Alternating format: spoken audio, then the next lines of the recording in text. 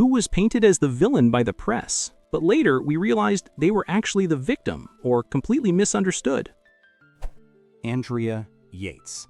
I hope Rusty Yates chokes to death on a bucket of rusty nails for what he did to her and for what happened to their children as a result of his actions. I wish any trad wife content had her story appended to it. This is where being a broodmare for a useless man can lead, ladies. Courtney Stodden was just a child when she was groomed and abused by a much older man. All the while, the press kept attacking her as if she wasn't a literal victim of a child predator. I am surprised I had to scroll so far to find her in this thread. It's so gross how the media painted her as this scandalous teenager instead of focusing on the 40-year-old man who groomed her. Hans Blix, head of the nuclear inspectors in Iraq, was endlessly mocked in the news and on late-night TV for saying that Saddam Hussein didn't have any weapons of mass destruction. The Bush administration called them incompetent and joined in on the mocking. He was called a combination of Mr. Magoo and Inspector Clouseau. In the end, it turned out that he was right, but neither Jay Leno nor George W. Bush ever apologized for ruining the reputation of a seasoned diplomat just doing his job. Rose McGowan. Everyone in Hollywood knew what was going on, including the media. They all colluded to blackball her and discredit her on Weinstein's behest. They spread false stories and allegations about her to make her seem crazy, and not someone who tells the truth. If you want to stretch the definition of press, Ignaz Semmelweis. He was a doctor in the mid-1800s whose colleagues mocked him relentlessly and even had him committed to an insane asylum over his bizarre insistence that they should all wash their hands before treating patients. If he hadn't died after 2 weeks in the asylum, he might have lived to see Louis Pasteur show why he was right. Joanna Yates was a landscape architect. She lived in Bristol with her partner. Her friends said she was easygoing, talented, and modest. She was murdered by strangulation. Christopher Jefferies, her landlord, was made out to have murdered her by the British tabloids because they thought he looked weird and awkward. Yes, he was arrested on suspicion, but he was released after 2 days with the police saying he'd had nothing to do with it. The papers took it too far and made things up. It was really nasty. He won defamation cases. The murderer was her piece of shit neighbor, soon proven by DNA. The Lost Honor of Christopher Jefferies is an amazing TV movie by ITV, if I recall correctly. It really showed how much of an impact it made on his life. He seems like a genuinely nice and incredibly intelligent person. It was horrible how the press hunted him. Topher Grace wasn't necessarily demonized or anything, but he was often perceived as a standoffish douche who thought he was too cool for the rest of the 70s show cast members. Turns out he had a very good reason not to hang out with his fellow cast. I never realized this one until right now, and yeah, totally fair in retrospect. I once read a discussion thread back on IMDb, when they still had them, starting with how he was pretentious for choosing the nickname Topher instead of the usual Chris. Apparently, he had been using it since he was a little kid. Richard Jewell, a security guard at the 1996 Atlanta Summer Olympics who discovered a pipe bomb and helped evacuate people before it exploded, saving many lives.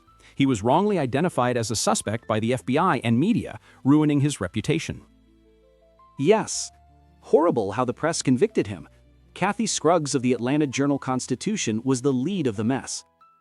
The movie Clint Eastwood made about him was awesome too. Paul Walter Hauser plays him and just does such an awesome job.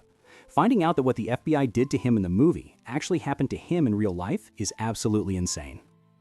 His speech in the movie says a lot. Next time when people see a bomb, they will not care because they'll be afraid of what will happen to them.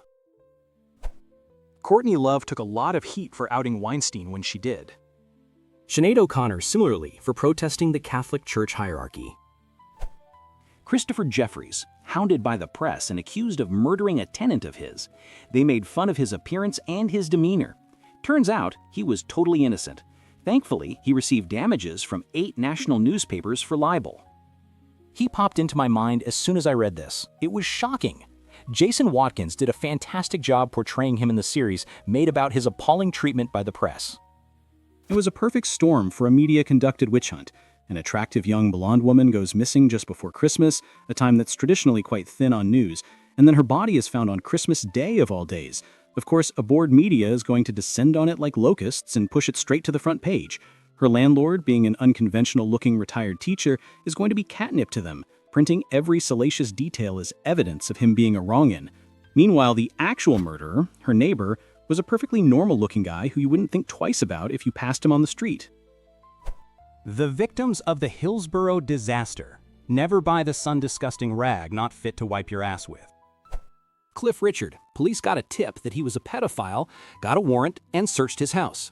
News reported it from helicopters above the raid in real time, telling the country that he was a pedophile.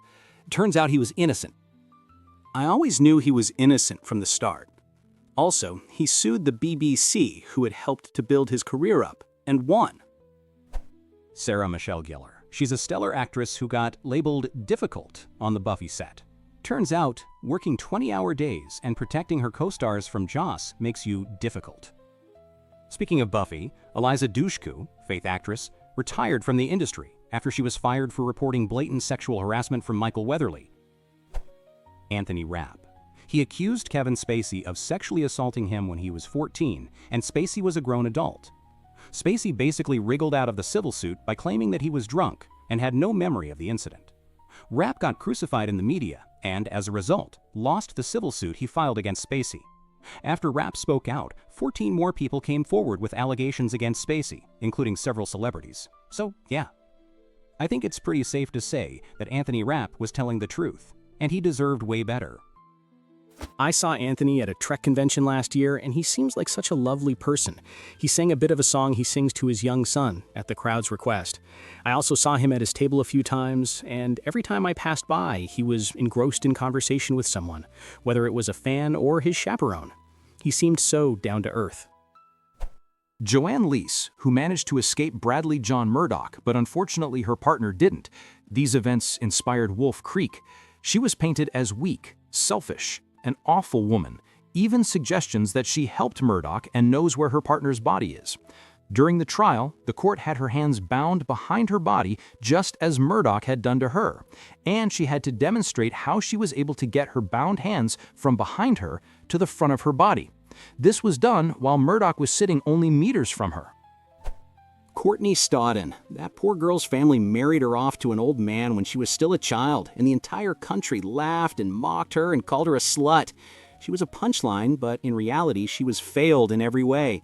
By her parents, by legal loopholes, by the media, by the public. Janet Jackson during the Super Bowl. Justin Timberlake got away scot-free and got invited back, while Janet was painted as the villain, and Les Moonves blacklisted her career afterward. Robin Gibbons. She talked about Mike Tyson's violent behavior on the Barbara Walters special, and that somehow made her the problem. I've never understood that, then or now. The Central Park Five, most notably by you-know-who. Lindy Chamberlain. For non-Australians, the "a dingo took my baby" lady, accused of murdering her baby only to be found innocent years later. Lorena Bobbitt was a punchline in the 90s. What wasn't discussed in the media was that John Bobbitt was an abusive asshole who messed around and found out. Edit: Fat Fingers. Thanks so much for watching. If you enjoyed this video, hit the like button. It really helps. Subscribe for more, and tap the bell so you don't miss the next one.